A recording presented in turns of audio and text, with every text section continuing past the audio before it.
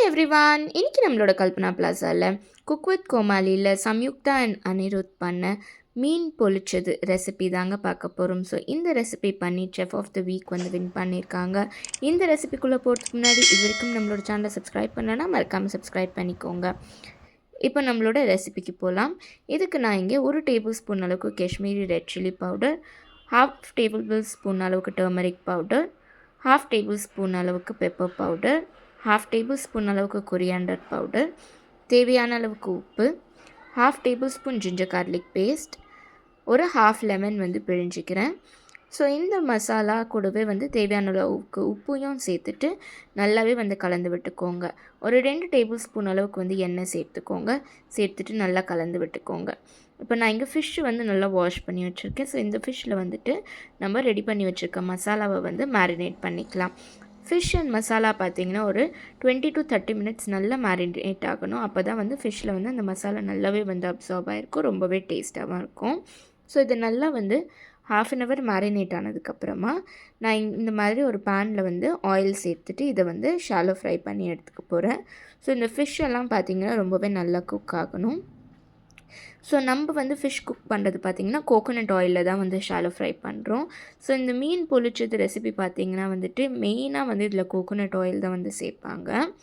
இப்போ அடுத்ததாக வந்துட்டு ஒரு கடாயில் பார்த்திங்கன்னா 2 டேபிள் ஸ்பூன் அளவுக்கு கோகோனட் ஆயில் சேர்த்துட்டு இது கூட வந்து 1 ஆனியன், கொஞ்சமாக ஜிஞ்சர் கார்லிக் பேஸ்ட், அது கூடவே வந்து 1 தக்காளி சேர்த்துட்டு நல்லாவே வந்து வதக்கி விட்டுக்கலாம்.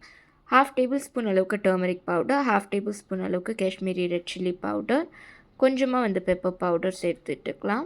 இது கூடவே வந்து கொஞ்சமாக வந்து தனியாத்தூள், கொஞ்சமாக வந்து ஜீராத்தூள், இது ரெண்டுத்தையுமே வந்து சேர்த்துட்டு தேவையான அளவுக்கு உப்பு சேர்த்து இதில் வந்துட்டு நான் 1 கப் அளவுக்கு வந்து தேங்காய் பால் வந்து சேர்த்துட்டு இந்த மசாலா நல்லா திக்காகிற வரைக்கும் வச்சுக்கலாம். இப்போ அடுத்ததாக ஒரு வாழை இலை வந்து லைட்டாக ஹீட் பண்ணி வச்சுருக்கேன். அதில் வந்துட்டு நம்ம சின்ன சின்னதாக கட் பண்ணி வச்சுருக்க வந்து கார்லிக், கொஞ்சமாக வந்து கொரியாண்டர், இதுக்கு மேலே வந்து நம்ம ரெடி பண்ணி வச்சுருக்க அந்த மசாலா வச்சுட்டு இதுக்கு மேலே நம்ம ஃப்ரை பண்ணி வச்சுருக்க அந்த ஃபிஷ் வந்து வச்சுட்டு திருப்பியும் இதுக்கு மேலே நம்ம ரெடி பண்ணி வச்சுருக்க மசாலாவையும் வந்து சேர்த்துட்டு கொஞ்சமாக வந்து கொத்தமல்லி, கார்லிக் சேர்த்துட்டு இதை வந்து நல்லா வந்து ஃபோல்டு பண்ணிக்கலாம். நம்ம வந்து வாழை இலையை லைட்டாக ஹீட் பண்ணும்போது வந்துட்டு அது வந்து கிழியாமல் இருக்கும். இந்த மாதிரி ஃபோல்ட் பண்ணிவிட்டு ஒரு கயரோ இல்லை நூலோ வச்சு நல்லா டைட்டாக வந்து கட்டி விட்டுக்கோங்க. 4 கார்னர்ஸையும் வந்து நல்லா கட்டி விட்டுட்டு பேனில் வந்துட்டு 2 டேபிள் ஸ்பூன் அளவுக்கு ஆயில் சேர்த்துட்டு இந்த வாழை இலையை வந்து அப்படியே நம்ம வந்து உள்ளே வச்சிடலாம். இது வந்து 5 மினிட்ஸ்க்கு ஒன்ஸ் வந்து நல்லா திருப்பி போட்டு ஒரு 10 மினிட்ஸ் வந்து வேக வச்சிங்கன்னா சூப்பரான ஒரு மீன் பொளிச்சது ரொம்பவே யம்மி அண்ட் டேஸ்டியாக இருக்கும். ஸோ அத்தென்டிக் கேரளா ஸ்டைலில் வந்து நம்ம இது வந்து அந்த கோகோனட் மில்காக இருக்கட்டும், கோகோனட் ஆயில் இதெல்லாம் சேர்த்து பண்ணுற வாசி ரொம்பவே ஒரு ஒத்தென்டிக் கேரளா ஸ்டைலில் வந்துட்டு இந்த மீன் பொளிச்சது அவ்வளோ யம்மி அண்ட் டேஸ்டியாக இருக்கும்.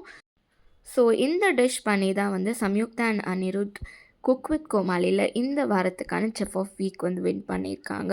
ஸோ கண்டிப்பாக இந்த டிஷ்ஷை வந்து உங்கள் வீட்டில் ட்ரை பண்ணி பாருங்கள், ரொம்ப டேஸ்டியாக இருக்கும். இது மட்டும் இல்லைங்க, இதுக்கு முன்னாடி குக் வித் கோமாளி ரெசிபீஸ் வந்து நிறைய நம்ம சேனலில் அப்லோட் பண்ணியிருக்கோம். இப்போ பாருங்கள், நம்மளோட அந்த மீனாக இருக்கட்டும், அந்த மசாலா இதெல்லாம் நல்லாவே வந்து குக் ஆகி ரொம்பவே வந்து யம்மியாக இருக்கும். கட் பண்ணுறதுக்கே பாருங்கள் எவ்வளோ சாஃப்டாக ஒரு கேக் மாதிரி வந்து கட் ஆகுது. சாப்பிட்றதுக்கு ரொம்ப டேஸ்டியாக இருக்கும். ஸோ இது வரைக்கும் நம்ம சேனலில் இன்னும் வித்தியாசமான ரெசிபீஸ் பார்க்காதவங்க கண்டிப்பாக நம்ம சேனல் போய் எக்ஸ்ப்ளோர் பண்ணி இன்னும் நிறைய ரெசிபீஸ் பார்த்து தெரிஞ்சுக்கோங்க. இந்த வீடியோ உங்களுக்கு பிடிச்சிருந்ததுன்னா கண்டிப்பாக கல்பனா பிளாசாக்கு லைக் பண்ணுங்கள், ஷேர் பண்ணுங்கள், சப்ஸ்கிரைப் பண்ணுங்கள், மறக்காமல் கமெண்ட் பண்ணுங்கள்.